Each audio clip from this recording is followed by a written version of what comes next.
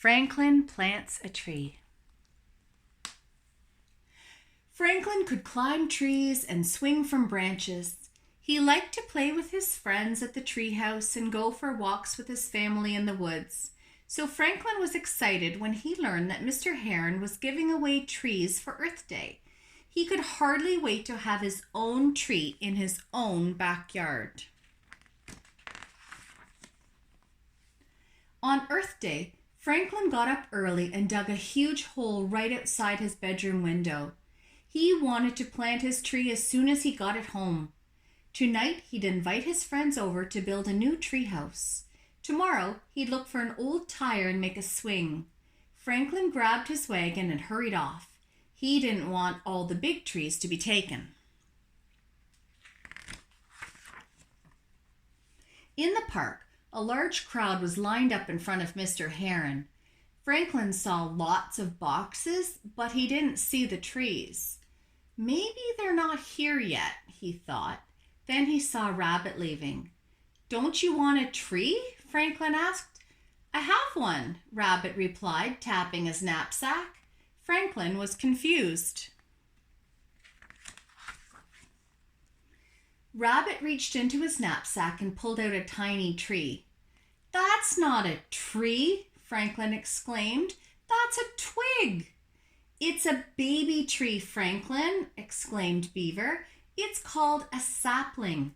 Mine's an ash and Rabbit has an oak." "Well, I'm not getting a sapling," Franklin declared. "My tree has to be big enough to play in today." But when Franklin got to the front of the line, Mr. Heron gave him a sapling the same size as the others. "Could I have something bigger?" asked Franklin. "This is a sugar maple," replied Mr. Heron. "Many years from now, it will be very big indeed." Franklin nodded sadly. He put the sapling in his wagon and walked slowly home. Franklin sighed as he stared at the huge hole in his backyard. He shoveled earth back in until the hole was small. Then he went to get his sugar maple. But the sapling wasn't there. Franklin looked all around the garden and up and down the laneway. It must have fallen out on the way home, he decided. At lunchtime, Franklin told his parents about losing his tree.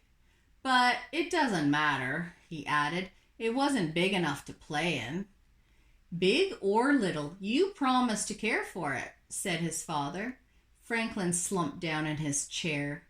"All right," he sighed. "I'll go look again." Franklin followed the path back to the park. By the pond, he saw Beaver. Her sapling was tied to a big stick marked with notches. "It's a growth chart," Beaver explained. "In 3 years, my tree will be taller than me." Thought Franklin. He began to look a little harder.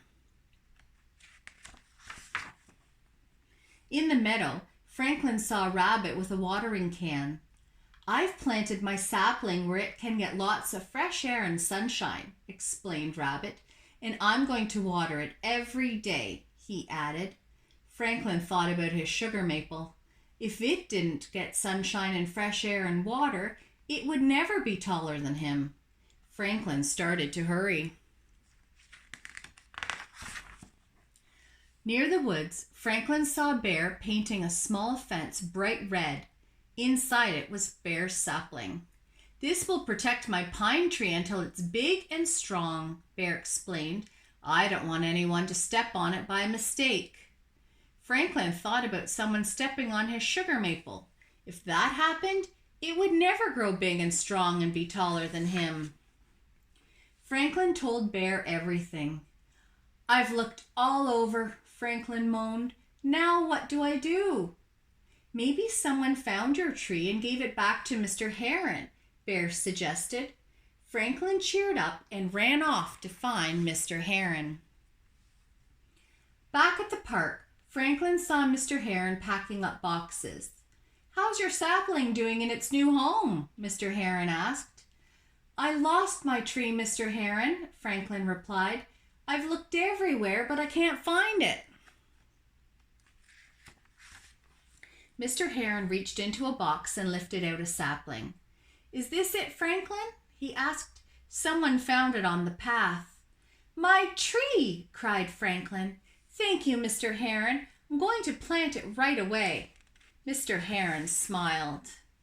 Before Franklin left, Mr. Heron showed him a photograph.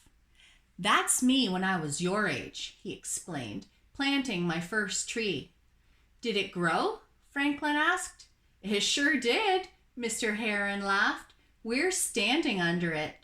Franklin looked way, way up. You planted the treehouse tree? He exclaimed. Then Franklin looked down at his sapling. He said thoughtfully. Franklin hurried home, his sapling held safely in his arms. He planted it and watered it, and then he checked on it every day.